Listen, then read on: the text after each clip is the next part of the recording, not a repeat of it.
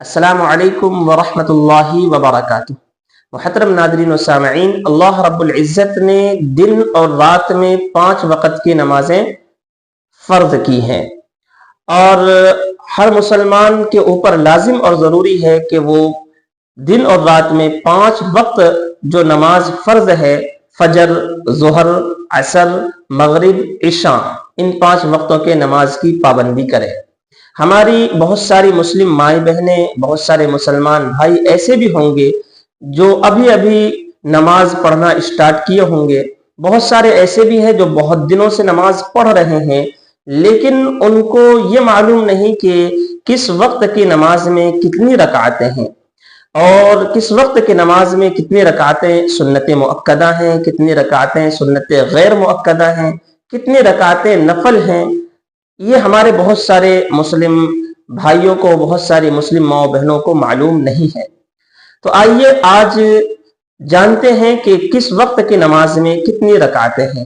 آپ اپنے اسکرین پر دیکھیں کہ فجر کی نماز میں کل 4 رکعت ہیں۔ 2 رکعت فرض نماز سے پہلے سنت مؤکدہ، یہ 2 رکعت فجر میں جو فرض سے پہلے سنت مؤکدہ ہے، اس کا پڑھنا لازم اور ضروری ہے۔ اللہ کے نبی صلی اللہ علیہ وسلم کی پوری زندگی کا معمول رہا کہ وہ فجر کے نماز کی اس 2 رکعت سنت کو ہمیشہ ادا کیے ہیں، اس لیے فرض سے پہلے فجر میں یہ 2 رکعت سنت ضرور ادا کرے۔ سنت ادا کرنے کے بعد 2 رکعت فرض، یہ 4 رکعت فجر کے ہو گئے۔ فجر کے بعد نماز ہمیں جو پڑھنی ہے وہ ظہر، تو ظہر میں کل 12 رکعت ہے۔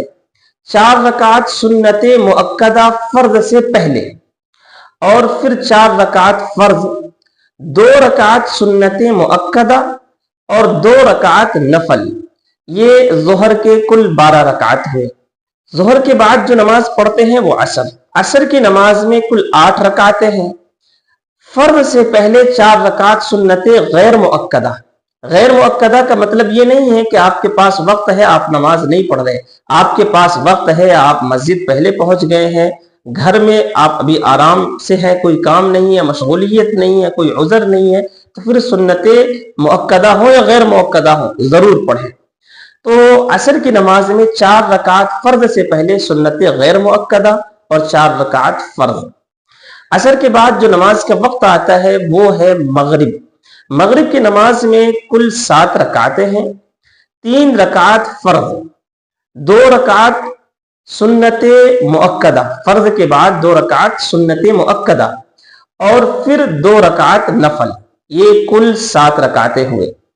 اور مغرب کے بعد جو نماز پڑھتے ہیں وہ عشاء کی نماز میں کل 17 رکعتیں ہیں، 4 رکعت سنت غیر مؤکدہ فرض سے پہلے، اس کے بعد 4 رکعت نماز فرض اور 2 رکعت سنت مؤکدہ، 2 رکعت نفل، اس کے بعد 3 رکعت واجب الوتر، پھر 2 رکعت نفل، یہ کل عشاء کی 17 رکعتیں ہوئی۔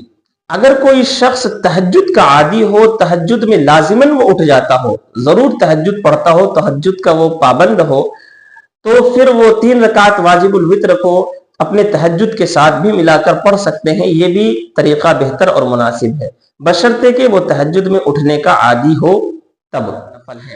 تو آپ جس طریقے سے یہ دینی معلومات حاصل کیے ہیں، ایسے ہی ہمارے دوسرے مسلمان بھائی بہن بھی اس دینی معلومات کو حاصل کر پائیں، اس لیے اس ویڈیو کو آپ ثواب سمجھ کر ضرور شیئر کریں۔